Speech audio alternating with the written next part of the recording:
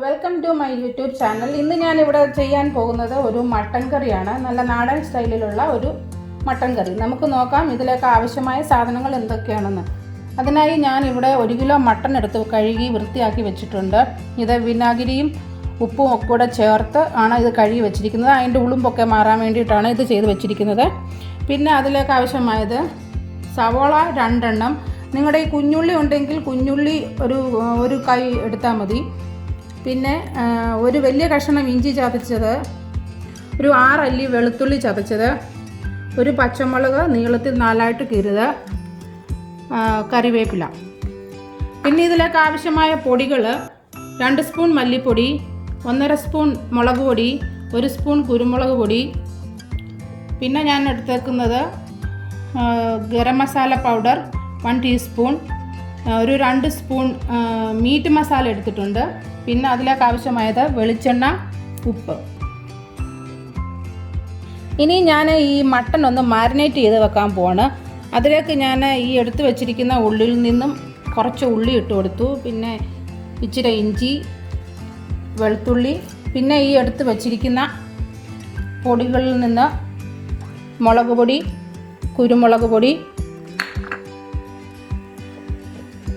പിന്നെ ഈ meet masala powder, അല്പം ഗരം മസാല പൗഡർ. പിന്നെ ഇതിലേക്ക് ഞാൻ ഇച്ചിരി വെളിച്ചെണ്ണ ചേർത്ത് കൊടുക്കുകയാണ്. അടുത്തതായിട്ട് ഉപ്പും കൂടി ചേർത്ത് കൊടുക്കുന്നു. ഇപ്പം കുറച്ച് ഉപ്പ് ഇട്ടിട്ടുള്ളൂ, അതൊന്ന് നോക്കാം. ഞാൻ ഇതെല്ലാം കൂടി ഒന്ന് മാരിനേറ്റ് ചെയ്യുകയാണ്. ഞാനിവിടെ മട്ടൺ മാരിനേറ്റ് ചെയ്ത് വെച്ചിട്ടുണ്ട്. ഇത് നമുക്ക് അടച്ചു വെച്ച് 1 മണിക്കൂർ ഫ്രിഡ്ജിൽ വെക്കാം. ഇവിടെ ഞാൻ മട്ടൺ കറി തയ്യാറാക്കാൻ വേണ്ടിയിട്ട് ഒരു പാൻ എടുത്ത് അടുപ്പത്ത് വെച്ചിട്ടുണ്ട്. അതൊന്ന് ചൂടായി വന്നിട്ടുണ്ട്. ഞാൻ അതിലേക്ക് അല്പം വെളിച്ചെണ്ണ ഒഴിച്ചു കൊടുക്കുകയാണ്. വെളിച്ചെണ്ണ ഒന്ന് നന്നായി ചൂടായി കഴിഞ്ഞിട്ട് നമുക്കിതിലേക്ക് കടുക് ഇട്ട് കൊടുക്കണം.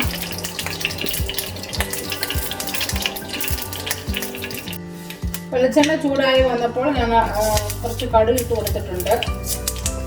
കടുക് പൊട്ടിക്കഴിഞ്ഞിട്ട് നമുക്ക് അതിലേക്ക് എടുത്ത് വെച്ചിരിക്കുന്ന ഉള്ളിയും ഇഞ്ചിയും വെളുത്തുള്ളിയും എല്ലാം കൂടി ഇട്ട് കൊടുക്കാം.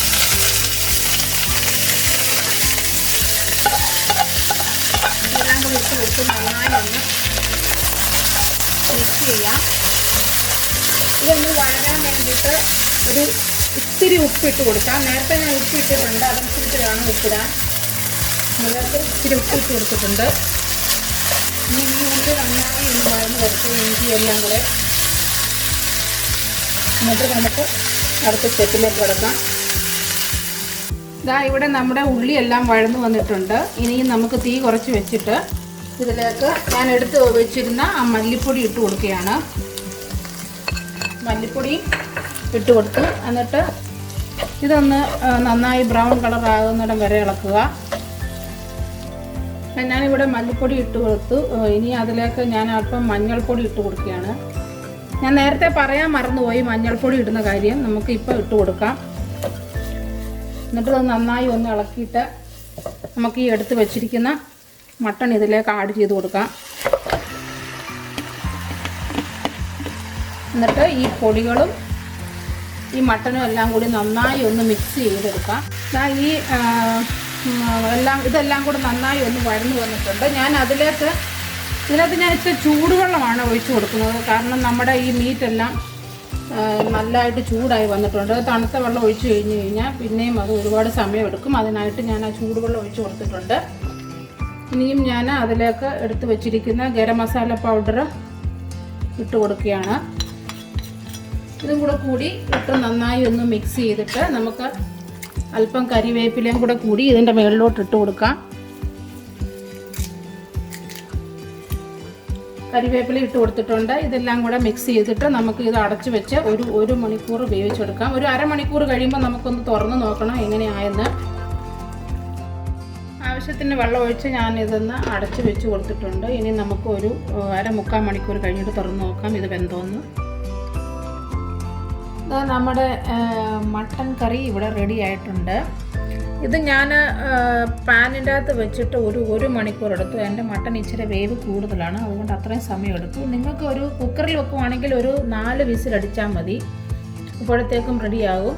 നമ്മുടെ അടിപൊളി മട്ടൻ കറി ഇവിടെ റെഡി ആയിട്ടുണ്ട്. എല്ലാവരും ഒന്ന് ട്രൈ ചെയ്ത് നോക്കുക, എന്നിട്ട് അഭിപ്രായം പറയുക. എൻ്റെ ചാനൽ സബ്സ്ക്രൈബ് ചെയ്യുക, ഷെയർ ചെയ്യുക, കമൻറ്റ് ചെയ്യുക. Thank you for watching.